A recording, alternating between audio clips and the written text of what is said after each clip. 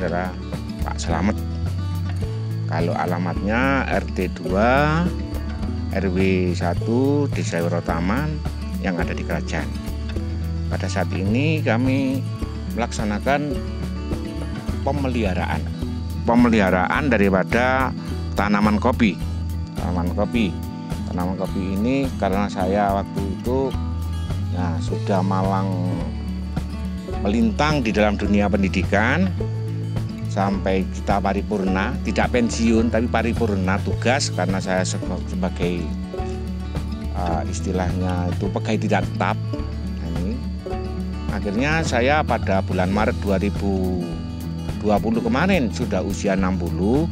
Akhirnya saya mengajukan pemberitahuan atau pengajuan kepada kepala sekolah bahwa saya harus paripurna berdasarkan aturan.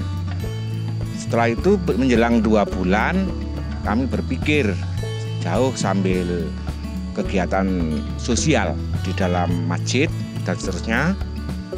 Akhirnya saya menemukan suatu wacana dengan pribadi kita supaya kita sehat, kita anggaplah kita itu di kebun rekreasi lah. Akhirnya saya mempunyai niat ingin memperbaiki daripada tanaman yang selama itu kurang lebih 14 tahun saya tidak ke kebun ini sampai saya paripurna tugas. Jadi kalau di dunia pendidikan sudah malang melintang di situ, tapi ya kita bisa untuk mengkontribusikan ilmu saya kepada anak bangsa. Tapi akhirnya itu berdasarkan aturan 60 harus paripurna kalau pegawai negeri pensiun. Nah ini kalau kami ya tidak, kami ini ya hanya ucapan terima kasih bahwa saya juga bisa untuk sumbangsih daripada yaitu ilmu anak bangsa kita yang sampai saat ini waktu itu lokasinya di SMP 2 tadi.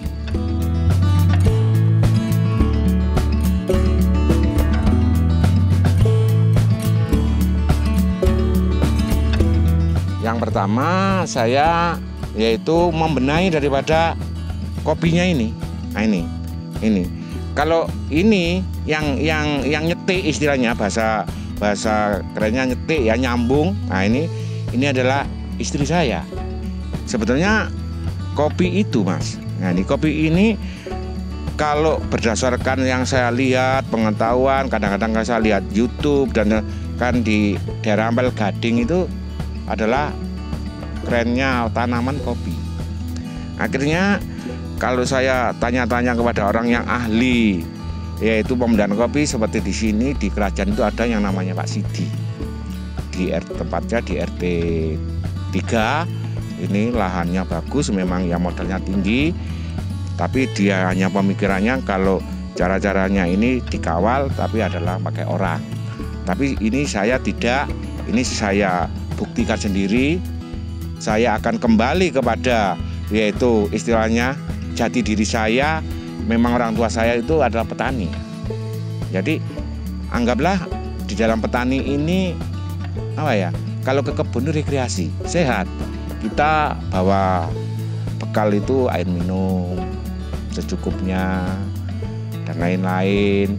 Akhirnya kalau sudah saya punya program, saya laksanakan dalam kapasitas 1. Nah ini kalau nanti sudah waktunya duhur saya pulang. Saya kerjakan hanya setengah hari, tidak 1 hari. Anggaplah ke kebun ini rekreasi sambil ibadah, sambil usaha. Jadi juga menjaga daripada kesehatan itu salah satunya petani itu ada rahasianya sendiri Mas. Tapi kita ini kalau ke kebun ini bicaranya itu dengan yaitu yang ada ini adalah tumbuhan. Saya kadang-kadang duduk setelah selesai itu, bagaimana ya ranting-ranting yang bagus ini? Oh ini harus ini. Yang istilah ranting yang kembali ini akan ada kadang-kadang tumbuhan yang ke sini. Ini dipotong. Harus sebaik pun dipotong. Jadi yang namanya pemeliharaan kopi ini semuanya harus kena sinar matahari. Nanti ke depan, nah ini kalau Mas ini mau membuktikan apa betul Bapak Slamet itu mengatakan nanti buktikan pada tahun depan. Yang ini nanti buahnya bagaimana.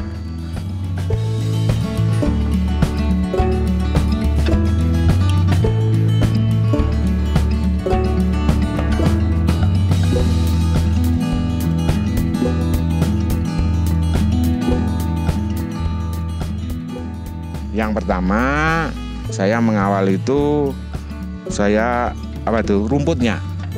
rumput, tapi sambil kita pemeliharaan batang kopi. Jadi seluruh batang kopi ini semuanya sudah saya pegang. Nah, ini saya pegang. Ya berdasarkan pengalaman saya, Mas. Nah, ini kopi itu waktu itu yang tanahnya itu ada di Brangkul, ini itu luar biasa seperti ini. Ini kalau nanti ada bunganya, ini bunga itu sudah gugur, ini harus ginikan. Jadi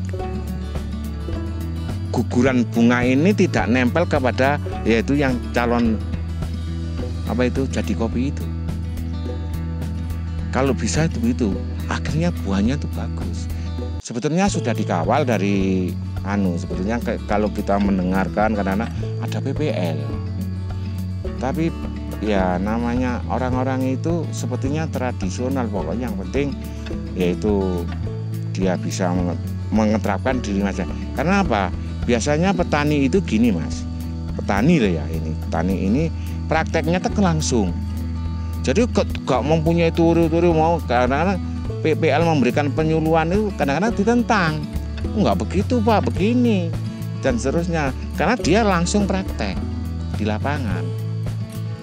Nah, ini kalau yang bagus itu kalau di sini sementara waktu ini yang saya tahu dalam era sekarang ini adalah namanya Pak Sidi, itu memang bagus tanamannya, cara pemeliharaannya bagus. Yang lain juga bagus, tapi kurang, mungkin pengalaman itu perlu tambah.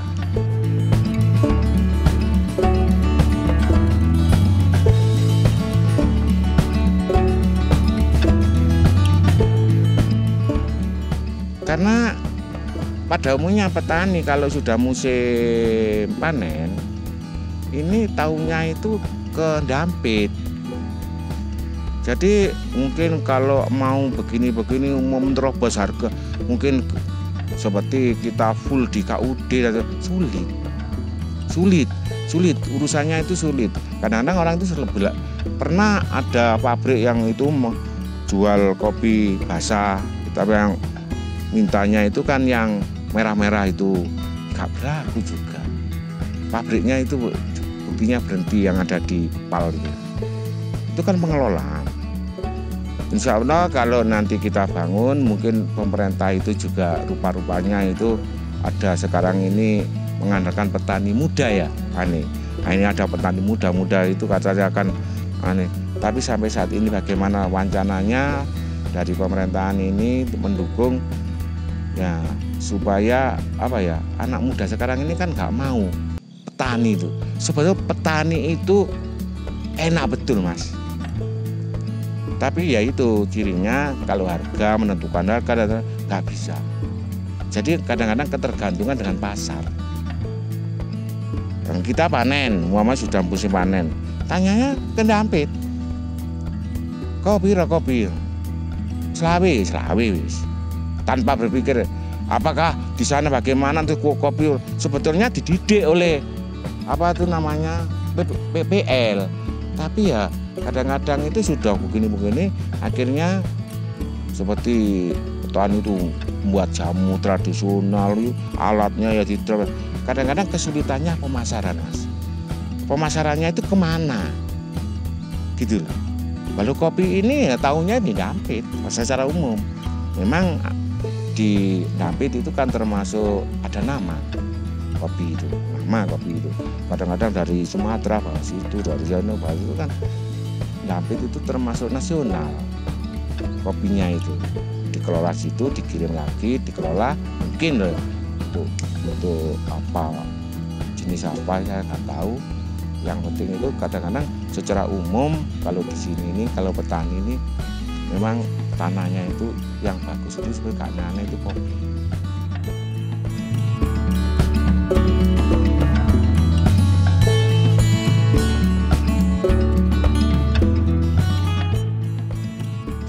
kopi itu melihat alam.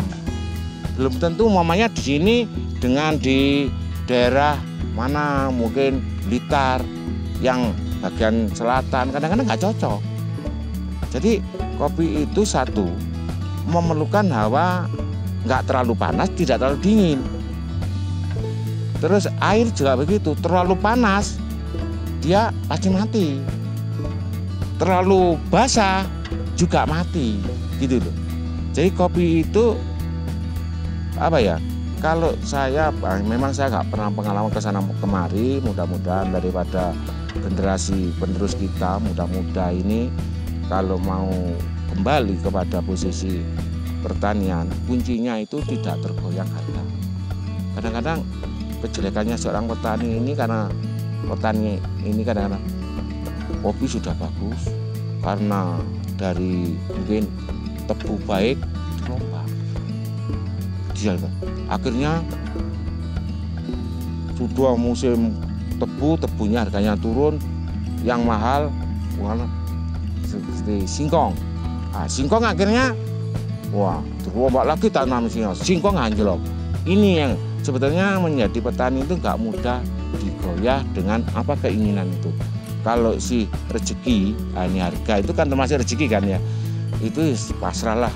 Tapi kita harus itu apa ya, sabar. Tapi kalau dihitung secara manajemen, petani itu hitung-hitung apa lagi saat ini istilahnya bangkrut. Kalau manajemen seperti perusahaan dulu ini bangkrut. Tapi kok bisa ditekuni? Kan begitu jawab pertanyaannya. Ini bisa karena kadang-kadang untuk pemeliharaan ini mungkin kelapanya bisa masuk. Tetangga sendiri kadang-kadang kejelekannya petani yang istilah tradisional nggak menilai tenaganya. Itu. Mudah-mudahan petani kalau situasi tanaman kopi itu berdasarkan suhu. Jadi gak semuanya itu harus bisa ditanam, itu nggak bisa.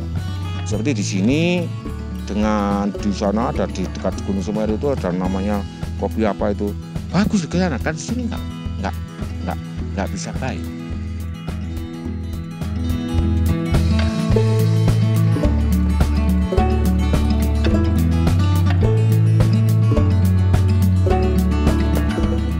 Ikuti ide usaha, salam sukses pengusaha muda Malang.